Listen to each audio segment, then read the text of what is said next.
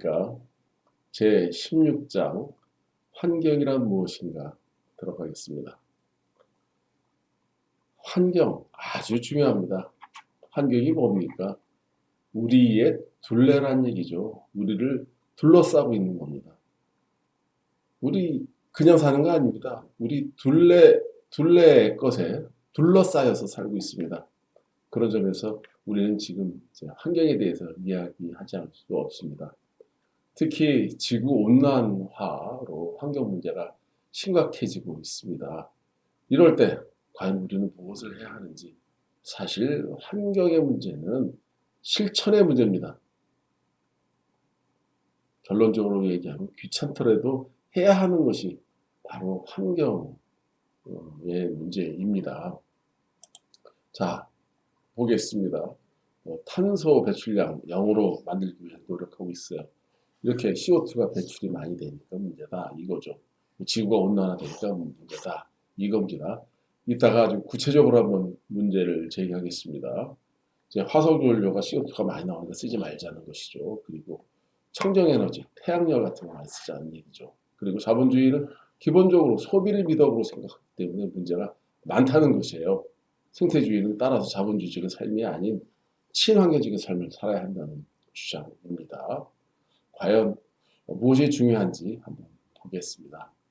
사람은 이제 무엇인가에 둘러싸여서 살죠. 이 둘레가 다 환경인 것입니다. 이게 특히 그 가운데 제일 중요한 게 바로 날씨죠. 날씨.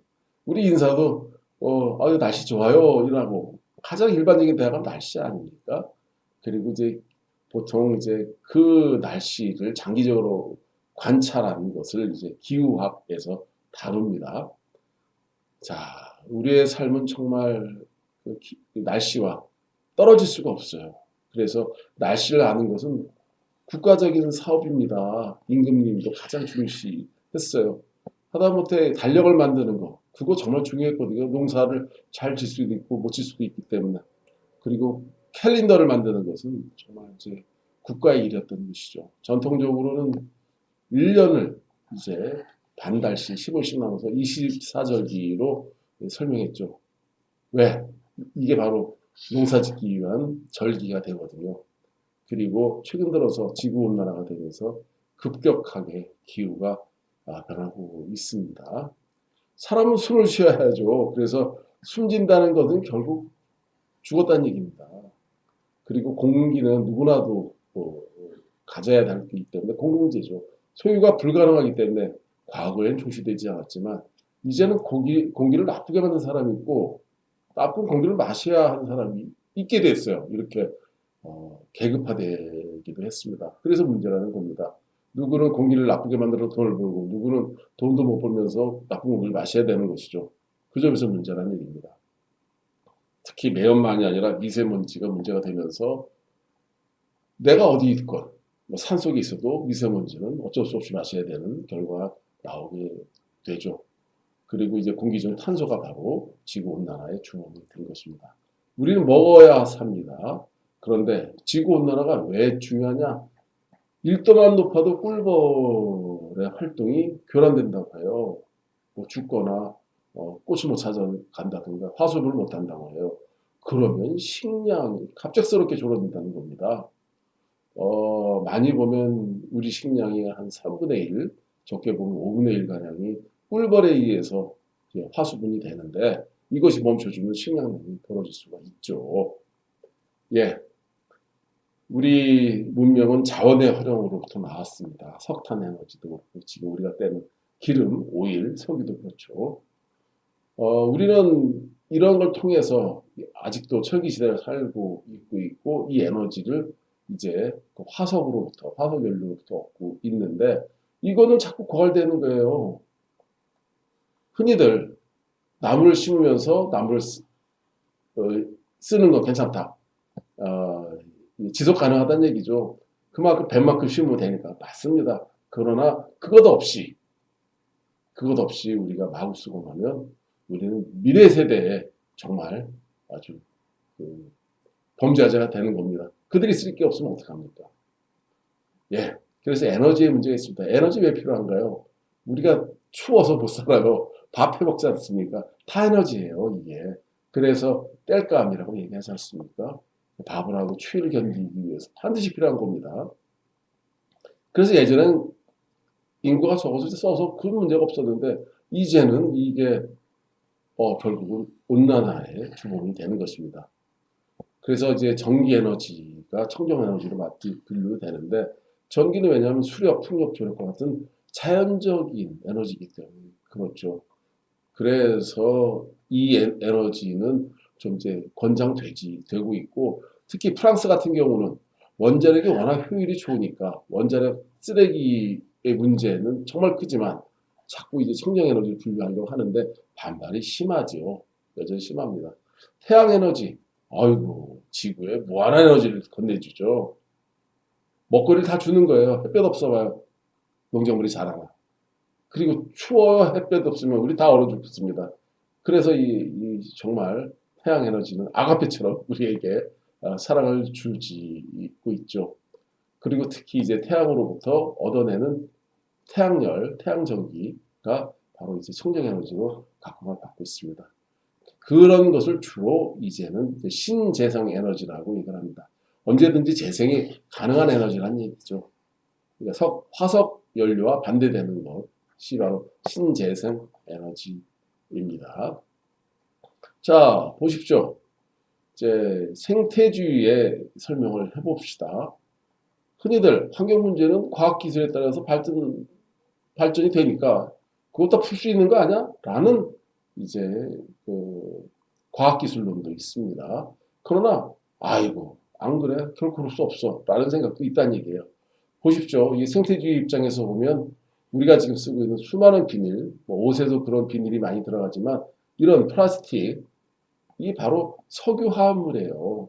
이런 발명은 우리는 이제 봉투를 들고 다니고 물도 들고 다니죠. PT병으로 다 석유 화합물이거든요. 그런데 이것이 썩지 않아서 문제가 되는 거예요. 그리고 그것이 바다로 흘러가면서 또 미세 플라스틱으로 되돌아가고 있습니다. 생선들이 또 먹고 있고 우리가 또 생선을 먹으니까 그래서 우리는 제발 친환경제를 쓰자고 얘기를 해요. 그것이 바로 이제 생물학이나 생태학의 바탕을 둔 친환경 재료인 것입니다. 잘 썩는 것, 그것이 중요하다는 얘기입니다. 여기서 중요한 건 불편해야 된다는 얘기예요. 장바구니 갖고 다니면 불편해요. 그러나 비닐봉투 안 쓸 수 있지 않습니까? 이게 바로 불편 감수하는 것이 바로 생태적 삶이라는 거 잊지 말기 바랍니다. 여기에 보면 스몰 이즈 뷰티풀이라는 슈마의 책이 있습니다. 이게 무슨 거냐면 너무나 재밌습니다. 계속 자본주의는 큰 것이 좋다는 사고방식을 유지했다는 것이죠. 왜? 경제는 성장하고 사회는 발전하고 소득이 증가해야 되니까. 네, 그러나 이거는 말이 안 된다는 얘기입니다. 왜? 차원이 한정되어 있는데 이게 뭐냐 이거죠. 따라서 슈바흐는 재밌게도 불교에서 해결의 실마리를 찾습니다. 최소 소비야말로 오히려 가장 친환경적이라는 것이죠. 그래서 이 작은 것이 아름답다 해서 얘기하는 불교 경제학이 아주 사람들에게 아주 감동적으로 다가왔습니다. 자, 미래를 위한 대안으로 나도 그래서 불교 경제학을 얘기해 보겠습니다. 여기요, 밥 먹는 거 잘 보세요. 따라줍니다. 먹어요. 그런데 이걸 바르라고 해요. 이게 밥사발이라는 얘기입니다. 이거 다 먹고 나서 물로 김치 쪼가리나 이런 걸로 다 닦아서 마셔야 합니다. 새로 설거지하지 않습니다. 요즘 뭐 설거지하는 데도 있지만 발효궁의 원칙은 자기 밥사발에 밥을 얻어먹어서 자기가 먹은 음식으로 설거지 다 끝내고 그 설거지한 물까지 다 마시는 게 원칙입니다. 얼마나 친환경적입니까? 그래서 알맞게 같이 먹을 수밖에 없다는 얘기죠. 그게 바로 발효궁입니다. 발이라는 거는 산스크리트에서 그릇이라는 얘기입니다. 밥그릇이라는 얘기입니다. 이게 한자적 발음입니다. 그게 바로 스님 스타일입니다. 강남 스타일은 커피를 완샷 따르는 것이지만 스님 스타일은 남기지 않는 겁니다. 하나도 남기지 않는 겁니다. 설거지 물도 마시는 게 스님 스타일입니다. 그리고 비행기 적게 타는 것이 요즘 유럽에서는 상당히 문화적인 것으로 여겨집니다.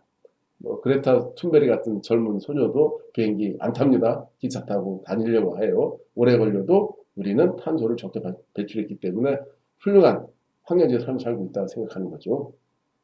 전기 자동차도 마찬가지죠. 그래서 아까 얘기한 것처럼 좀 생태적인 거라고 하는데 잘 보세요. 우리는 늘 이제 탈 것이죠. 말이든 이게 자전거든 자동차죠. 그런데 보세요. 말은 건초를 먹고 자동차는 기름을 먹습니다. 작은 자동차도 대강 다 10마력, 10마력이면 100마력이에요. 100마력이라는 건 1시간 동안에 100마리의 말이 움직이는 힘이거든요. 그 점에서 우리는 자동차 한 마리, 죄송합니다. 자동차 한 대를 끌 때 100마리의 말을 부리고 있는 거라는 거 잊지 말기 바랍니다. 따라서 우리는 얼마나 이게 참, 반환경적으로 우리가 살고 있는 겁니다. 말을 그래 100마리씩 키워봐요. 얼마나 똥이 나오고 먹을 것이 필요하겠습니까? 건초가 얼마나 필요하고. 자, 그래서 소박한 삶을 지향합니다. 최소주의인 거예요. 그러나 그것에 반대. 인 삶이 바로 자본주의적인 삶입니다. 자본주의는 최대적인 것을 자꾸 강조하고 있고 큰 거, 큰 차, 큰 집, 뭐 이렇게. 예. 그래서 자본주의에서는 소비는 미덕이었지만 생태주의에서는 재활용입니다. 결코 소비가 미덕이 돼서 안 된다는 얘기죠. 최소주의는 검약하자는 거죠. 수공을 강조합니다. 하다못해 옷도 자기가 짜서 입으라 이거지. 그리고 무소유 많이 지나치게 많이 갖지 말자. 인간중심적인 것이죠. 생태주의는 탄소를 억제하자. 그래서 기후를 온난화시키지 말자 이런 것이죠. 자본주의는 자꾸 이 대량 생산을 통해서 현재를 자꾸 최대화시키고 있습니다. 자, 요거 한번 맞춰보시고 학습 정리하겠습니다. 산업 사회 초기에는 환경 문제가 잘 드러나지 않았고 국부적이었어요. 그러나 이제는 중국에서 한국으로 대기가 건너온다든가 이렇게 국제적인 문제가 됩니다. 해류에 따라 쓰레기가 어디에 모인다든가 이렇게 자기랑 전혀 상관없는데도 영향을 받는 거죠. 북극이 녹아내리면 어떻게 됩니까? 석고 같은 데는 잠기죠. 그럼 못 살아요. 누가 피해를 입냐는 얘기죠. 그래서 국가끼리 협정을 맺습니다. 그런데 자국의 이익 때문에 마음대로 탈퇴를 하기도 하죠. 예. 자, 소비와 절약, 무엇이 미덕인지 잘 생각해 보기 바랍니다. 자본주의, 소비가 미덕이 됐지만 생태주의는 결코 소비가 미덕이 될 수 없습니다. 쓴 것 또 쓰고 하는 게 제일 중요하다는 얘기입니다. 그래서 보통 경제학 할 때 규모의 경제가 커야 된다는 얘기죠. 이게 바로 자본주의의 기본 모습인데 작은 경제를 강조할 수 있어야 하는 것이죠. 우리의 욕망은 어디까지일까? 결국 가장 중요한 것은 실천 계획입니다. 이렇게 여러 가지 문제가 있으나 뭐 하나 실천해야 되는 겁니다. 그 실천 계획 한번 세워보기 바랍니다. 고맙습니다.